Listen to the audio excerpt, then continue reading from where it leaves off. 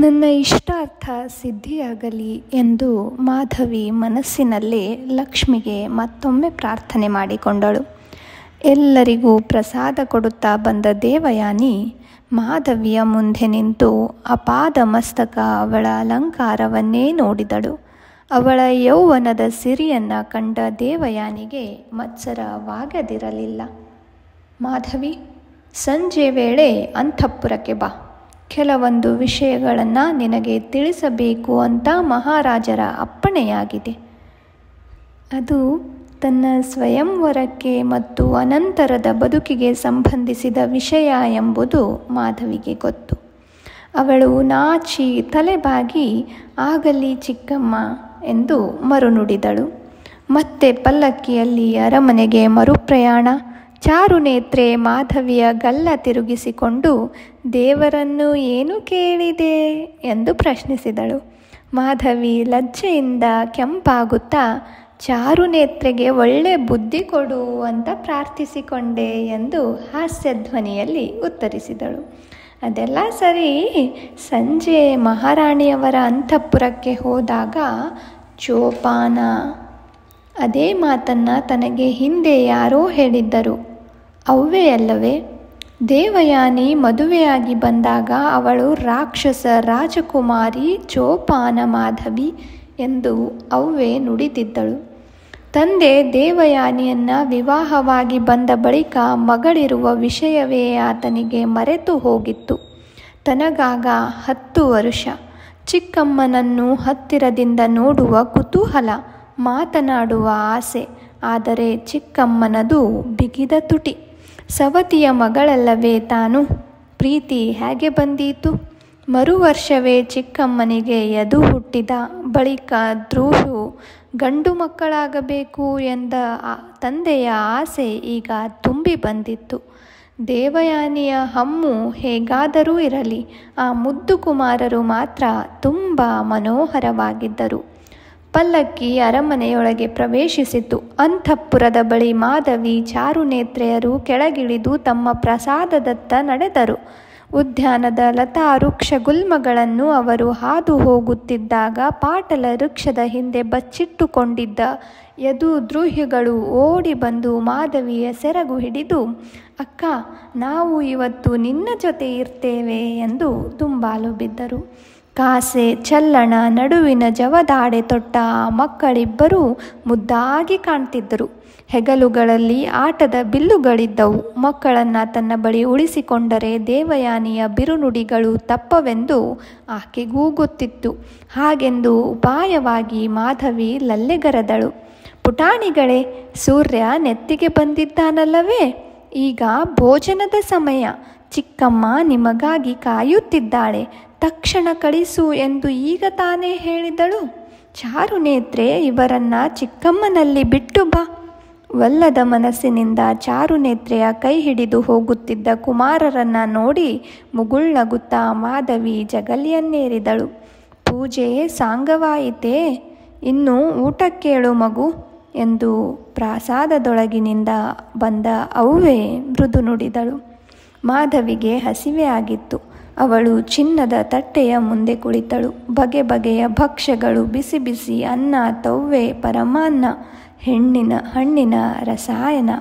ಮಕ್ಕಳನ್ನು ಬಿಟ್ಟು ಹಿಂತಿರುಗಿ ಬಂದ ಚಾರುನೇತ್ರೆಗೆ ಅವ್ವೆ ಹೇಳಿದಳು, ರಾಜಕುಮಾರಿಗೆ ಬಡಿಸೋದನ್ನು ಕಲಿತ್ಕೋ. ನಾಳೆ ಅವಳು ಗಂಡನ ಮನೆಗೆ ಹೋದಾಗ ನೀನು ತಾನೇ ಅವಳ ಜೊತೆ ಹೋಗೋಳು.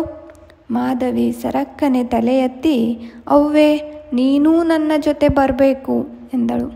ಸುಕ್ಕು ಮುಖದಲ್ಲಿನ ಗೆರೆಗಳು ಮತ್ತಷ್ಟು ಆಳವಾದವು.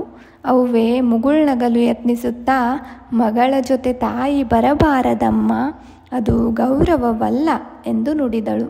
ತನ್ನ ಸ್ವಯಂವರವಿನ್ನೂ 3 ಮಾಸಗಳ ಮೇಲೆ. ಆದರೂ ಇವರೆಲ್ಲ ತನ್ನನ್ನು ಬೀಳ್ಕೊಡಲು ಸಿದ್ಧರಾಗುತ್ತಿದ್ದಾರೆ. ತಾನು ಮಾನಸಿಕವಾಗಿ ಆ ಪಯಣಕ್ಕೆ ಸಿದ್ಧವಾಗಬೇಕು ಎಂದುಕೊಂಡಳು ಮಾಧವಿ. ಪ್ರತಿಷ್ಠಾನ ನಗರದಲ್ಲಿ ತನಗೆ ಪ್ರಿಯರಾದವರು ಅವ್ವೆ, ಚಾರುನೇತ್ರೆ ಇಬ್ಬರೇ. ಹೆಣ್ಣು ಎಂದಿದ್ದರೂ ಮದುವೆಯಾಗಿ ಗಂಡನ ಮನೆ ಸೇರಲೇಬೇಕಲ್ಲವೇ? ತಾನು ಬೇರೆ ಹೆಣ್ಣುಗಳಿಗಿಂತ ಭಿನ್ನ. ಯಾಕಂದರೆ ತಾನು ರಾಜಕುಮಾರಿ. ತಾನೇ ಮೆಚ್ಚಿದ ರಾಜಕುಮಾರನನ್ನು ಸ್ವಯಂವರದಲ್ಲಿ ಆರಿಸಿಕೊಳ್ಳುವ ಹಕ್ಕಿದೆ ತನಗೆ. ನಿಜವಾಗಿಯೂ ತಾನು ಒಪ್ಪಿ ಕೈ ಹಿಡಿದವನೊಡನೆ ಬಾಳುವುದು ಎಂಥ ಸೌಭಾಗ್ಯ! ತನ್ನನ್ನು ಮನಪೂರ್ವಕ ಪ್ರೇಮಿಸುವ, ಆದರಿಸುವ, ಗೌರವಿಸುವ ರಾಜಕುಮಾರ, ಅವನಿಗಾಗಿ ಸರ್ವಸ್ವವನ್ನೂ ತ್ಯಾಗ ಮಾಡುವ ತಾನು. ಆಗ ಪ್ರಪಂಚದಲ್ಲಿ ತನಗಿಂತ ಹೆಚ್ಚು ಪುಣ್ಯಶಾಲಿಗಳಿಲ್ಲ. ಹಾಗೆ ಯೋಚಿಸುತ್ತಲೇ ರಾಜಕುಮಾರಿ ಪವಡಿಸಿದಳು. ಹೊಟ್ಟೆ ಭಾರವಾದುದರಿಂದ ಅವಳಿಗೆ ಸಣ್ಣ ನಿದ್ದೆಯೂ ಹತ್ತಿತು. ರಾಜಕುಮಾರನೊಬ್ಬ ಅವಳ ಮುಂಗುರುಳು ನೇವರಿಸಿದ ಹಾಗೆ, ಲಲ್ಲೆ ಮಾತುಗಳನ್ನಾಡಿದ ಹಾಗೆ ಅವಳು ಕನಸು ಕಂಡಳು. ಬ್ರಾಹ್ಮಿ ಮುಹೂರ್ತದಲ್ಲಿ ಗಾಲವನಿಗೆ ಎಚ್ಚರವಾಯಿತು. ಆಶ್ರಮದ ಸುತ್ತಲೂ ಇದ್ದ ಮರಗಳ ಮೇಲಿನ ಹಕ್ಕಿಗಳು ಚಿಲಿಪಿಲಿ ಶ್ರುತಿ ಹಿಡಿದು ಪ್ರಭಾತ ಗಾನವನ್ನಾರಂಭಿಸಿದ್ದವು. ಗಾಲವ ಮೇಲೆದ್ದು ಪರ್ಣಕುಟಿಯ ಬಾಗಿಲುಗಳನ್ನು ತೆಗೆದು ಹೊರಬಿದ್ದ. ಆಕಾಶ ನಿರ್ಮಲವಾಗಿತ್ತು. ತಣ್ಣನೆಯ ಗಾಳಿಯಾದರೂ ಮೈಗೆ ಹಿತವಾಗಿತ್ತು. ಬೆಳಗಿನ ಕರ್ಮಗಳನ್ನು ಮುಗಿಸಲೆಂದು ಆತ ನದಿ ತೀರಕ್ಕೆ ಹೊರಟ. ಆಶ್ರಮದ ಅಂಗಳ ದಾಟಿದೊಡನೆ ಬಲಗಡೆಗೆ ಪಾಕಶಾಲೆ, ಗೋಶಾಲೆಗಳು. ಅದರಾಚೆಗೆ ಎಡಭಾಗದಲ್ಲಿ ಸಮಿತ್ತು ಕಾಷ್ಟಗಳನ್ನು ಪೇರಿಸಿಟ್ಟ ಪರ್ಣಕುಟಿ. ಆಗಲೇ ಮಿಂದು ಮಡಿಯುಟ್ಟ ಶಿಷ್ಯರಿಬ್ಬರು ಆ ಶಾಲೆಯಿಂದ ಅಗ್ನಿಕಾರ್ಯಕ್ಕೆಂದು ಸಮಿತ್ತು ಕಾಷ್ಟಗಳನ್ನು ತೆಗೆಯುವುದರಲ್ಲಿ ಮಗ್ನರಾಗಿದ್ದರು. ಮತ್ತಿಬ್ಬರು ಆಶ್ರಮದ ಆವರಣದಲ್ಲೇ ಇದ್ದ ಗಿಡಗಳಿಂದ ಪೂಜೆಗೆ ಹೂ ಕೊಯ್ಯುವುದರಲ್ಲಿ ಮಗ್ನರಾಗಿದ್ದರು. ಅವರೆಲ್ಲರನ್ನೂ ಕಂಡಾಗ ಗಾಲವನಿಗೆ ಇಂದು ತಾನು ಏಳುವುದು ಸ್ವಲ್ಪ ತಡವಾಯಿತೆನಿಸಿತು. ಬೀಸು ಹೆಜ್ಜೆಗಳನ್ನು ಹಾಕುತ್ತಾ ನದಿಯ ಸನಿಹಕ್ಕೆ ನಡೆದ. ನದಿ ತೀರದ ಮಳಲು ದಿನ್ನೆ ಇಬ್ಬನಿಯಿಂದ ತೊಯ್ದಿತ್ತು. ಅವನ ಪಾದ ಇಟ್ಟಲ್ಲೆಲ್ಲ ಹೆಜ್ಜೆ ಗುರುತುಗಳು ಮೂಡುತ್ತಿದ್ದವು. ಗಾಲವ ನದಿಯಲ್ಲಿ ಮುಳುಗಿ ಮೇಲೆದ್ದ. ಮೈಯುಜ್ಜಿ ಸ್ನಾನ ಮಾಡಿದ. ಅದೇ ತಾನೇ ಉದಿಸುತ್ತಿದ್ದ ಸೂರ್ಯನಿಗಿದಿರಾಗಿ ನಿಂತು ಅಭಿವಂದಿಸಿದ. ಅವನ ಕಣ್ಣು ಜುಳಜುಳನೆ ಹರಿಯುತ್ತಿದ್ದ ನದಿಯತ್ತ ಹೊರಳಿತು. ಸರಸ್ವತೀ ನದಿ. ಅದರ ಬಲಮಗ್ಗುಲಲ್ಲೇ ಮಹರ್ಷಿ ವಿಶ್ವಾಮಿತ್ರರ ಆಶ್ರಮ. ನದಿ ತೀರದ ಮಹೋನ್ನತ ವೃಕ್ಷಗಳ ಮೇಲೆ 100 ಬಗೆಯ ಹೂಗೊಂಚಲುಗಳು. ಗಾಳಿ ಬೀಸಿದಾಗ ಪುಷ್ಪಗಳು ಉದುರಿ ನದಿಯ ಪ್ರವಾಹದಲ್ಲಿ ಸೇರಿ ಹೋಗುತ್ತಿದ್ದವು. ನದಿಯ ವೇಗದಿಂದ ನೊರೆ ಉದ್ಭವಿಸಿ ಪುಷ್ಪಗಳೊಡನೆ ಬೆರೆತು ಮುಂದೆ ಸಾಗುತ್ತಿತ್ತು. ಒದ್ದೆ ಮರಳ ಮೇಲೆ ಆಡುತ್ತಿರುವ ಸಾರಸ ಚಕ್ರವಾಕ ಪಕ್ಷಿಗಳು. ಮೈಯೆಲ್ಲ ಕಪ್ಪು ಚುಕ್ಕೆಗಳಿದ್ದ ಜಿಂಕೆಯೊಂದು ಅವನ ಬದಿಯಲ್ಲೇ ನಿಂತು ಕುತೂಹಲದಿಂದ ಅವನನ್ನು ವೀಕ್ಷಿಸಿ ಅವನಿಂದ ಯಾವ ಪ್ರತಿಕ್ರಿಯೆಯೂ ಇಲ್ಲದುದನ್ನು ಕಂಡು ಮುಂದೆ ಓಡಿತು. ಇಂದು ಈ ಆಶ್ರಮದಲ್ಲಿ ಕಡೆಯ ದಿನ. ಇವನ್ನೆಲ್ಲ ಇನ್ನು ಬಿಟ್ಟು ಹೋಗಬೇಕು ಎಂದು ಗಾಲವನ ಮನಸ್ಸು ಕೊರಗಿತು. ಗಾಲವ ದಂಡೆಯಲ್ಲಿದ್ದ ಕಲ್ಲು ಬಂಡೆಯೊಂದರ ಮೇಲೆ ಕುಳಿತ. ಶುಕ್ಲ ಯಜುರ್ವೇದವನ್ನು ತಾನು ವಿಶ್ವಾಮಿತ್ರರಲ್ಲಿ ಸಾಂಗವಾಗಿ ಅಧ್ಯಯನ ಮಾಡಿಯಾಯಿತು. ಇನ್ನು ಮುಂದೆಲ್ಲಿಗೆ? ಗಾಲವ, ಯಜುರ್ವೇದದಲ್ಲಿ ನೀನೀಗ ಪಾರಂಗತನಾಗಿದ್ದಿ. ನಿನ್ನ ವಿದ್ಯಾಭ್ಯಾಸ ಮುಗಿಯಿತು. ನೀನಿನ್ನು ನಿನ್ನ ಇಷ್ಟ ಬಂದಲ್ಲಿಗೆ ಹೋಗಬಹುದು. ಹಿಂದಿನ ದಿನ ವಿಶ್ವಾಮಿತ್ರರು ಆ ಮಾತನ್ನು ಹೇಳಿದಾಗ ಉದ್ವೇಗದಿಂದ ಗಾಲವನ ಕಣ್ಣಲ್ಲಿ ನೀರು ಬಂದಿತ್ತು. ಅವನು ಗುರುವಿನ ಪಾದಗಳನ್ನು ಗಟ್ಟಿಯಾಗಿ ಹಿಡಿದು ನಮಿಸಿದ್ದ. ಅನ್ಯ ಮನಸ್ಕನಾಗಿ ಕುಳಿತಿರುವ ಗಾಲವನನ್ನೇ ದಿಟ್ಟಿಸುತ್ತಾ ಆಶ್ರಮದ ಸುಪರ್ಣ ಮತ್ತು ಮನುಸತ್ವರು ನಿಂತರು. ಗಾಲವನದು ಕುಬ್ಜ ದೇಹ, ಸಣಕಲು ಮೈ, ಶ್ಯಾಮಲ ವರ್ಣ. ಮೊಣಕಾಲಿನಿಂದ ಮೇಲಕ್ಕೆ ಕಟ್ಟಿ ನೀರಿನಿಂದಾಗಿ ಮೈಗೆ ಅಂಟಿಕೊಂಡಿದ್ದ ನಾರುಮಡಿ. ಬರಿದಾದ ಎದೆಯಲ್ಲೊಂದು ಜನಿವಾರ. ದುಂಡು ಮುಖದಲ್ಲಿ ಮೊಲದಂತಹ ಕಣ್ಣುಗಳು. ಗಡ್ಡ ಮೀಸೆ, ಅಗಲ ಮೂಗು, ದಪ್ಪ ತುಟಿ, ತಲೆಯ ಮೇಲೆ ಶಿಖೆ. ಗಾಲವ, ಏನಪ್ಪ ಯೋಚನೆ?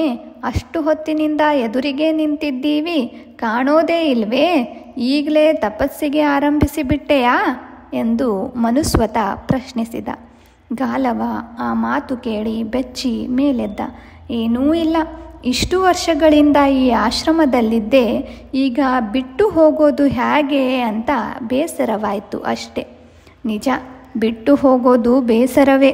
ತಡವಾಯಿತು, ನಡೆ, ಆಶ್ರಮದಲ್ಲಿ ಇದು ನಿನ್ನ ಕಡೆಯ ಅಗ್ನಿಹೋತ್ರ ಎಂದ ಸುಪರ್ಣ.